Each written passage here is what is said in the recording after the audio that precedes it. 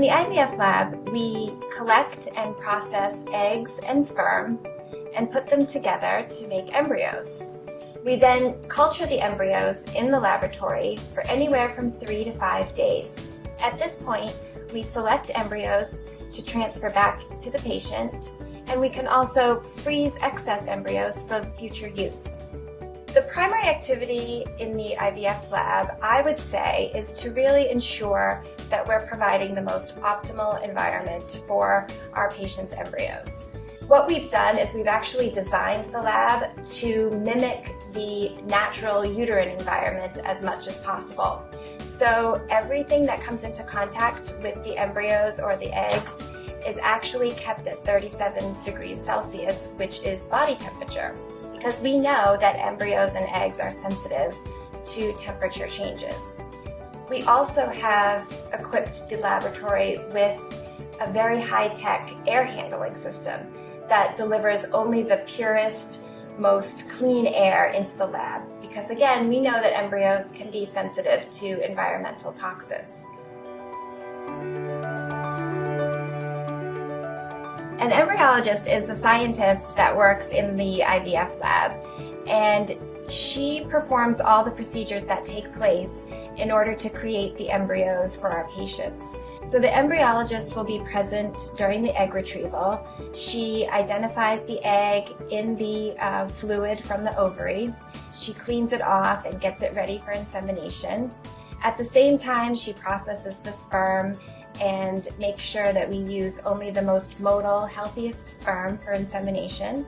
The embryologist will closely monitor the embryos while they're developing in the laboratory. She prepares them for the transfer and assists the doctor during the transfer procedure.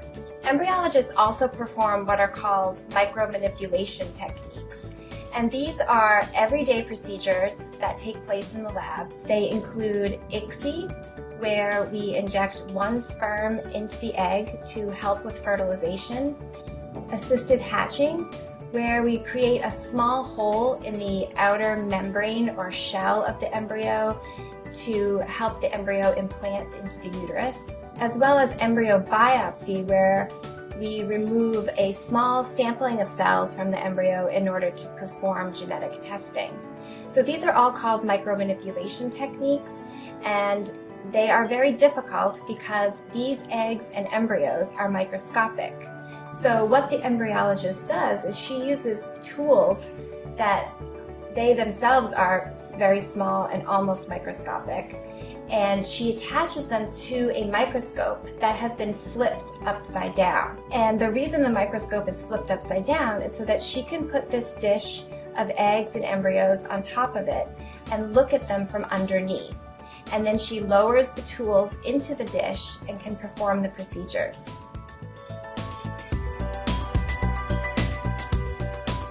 Quality control in the laboratory is probably the most important thing. We take it extremely seriously. In fact, we test every piece of equipment that comes into contact with eggs or embryos every single day before we do anything else.